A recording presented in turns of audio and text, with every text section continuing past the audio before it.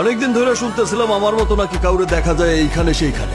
শাকিব খানের সাথে পাঙ্গা নিয়ে এবার রীতিমতো শাকিবের কাছেই ক্ষমা চাইল ওপার বাংলার সুপারস্টার দেব। বিগত দিনে শাকিব খানের সকল মুভির সমালোচনা করেছিলেন দেব, আর এবার সেই দেবই কিনা এক প্রকার শাকিব খানের কাছে ক্ষমা চেয়ে বসলো। সম্প্রতি রিলিজ হয়েছে তাণ্ডবের টিজার এবং লিচু বাগানের গান। টিজার এবং গান দেখে দেবের তো পুরাই মাথা নষ্ট হয়ে যায়। আর তাই তো সম্প্রতি এক ইন্টারভিউতে দেব জানান, আমি শাকিব খানের অনেক কটাক্ষ করেছি, আমি শাকিবকে নিয়ে অনেক বাজে কথা বলেছি, কিন্তু শাকিব খান দিনকে দিন যেই কাজগুলো করে যাচ্ছে তা সত্যি প্রশংসনীয়। আমি শাকিব খানের কাছে ক্ষমা চাই এবং বাংলা ফিল্মকে শাকিব আর আমি একসাথে এগিয়ে নিয়ে যেতে চাই। আমাদের কলকাতাতে অনেকে রয়েছে যারা কিনা শাকিব খানের মুভি দেখে এবং শাকিব খানের মুভি খুব ভালো হয় বলে তারা আমাকে জানিয়েছে। দর্শক, সম্প্রতি দেবের করা এমন মন্তব্যকে ঘিরে সোশ্যাল মিডিয়া জুড়ে উত্তাপ। দুদিন আগেই আরফান নিশু ক্ষমা চেয়েছিল শাকিব খানের কাছে, আর এবার দেব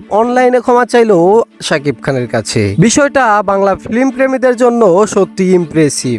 এখন দেখার পালা শাকিব দেবকে ক্ষমা করে কিনা। দর্শক, এরকমই আপডেট পেতে চ্যানেলটিকে এখনই সাবস্ক্রাইব করে রাখুন। Thank you.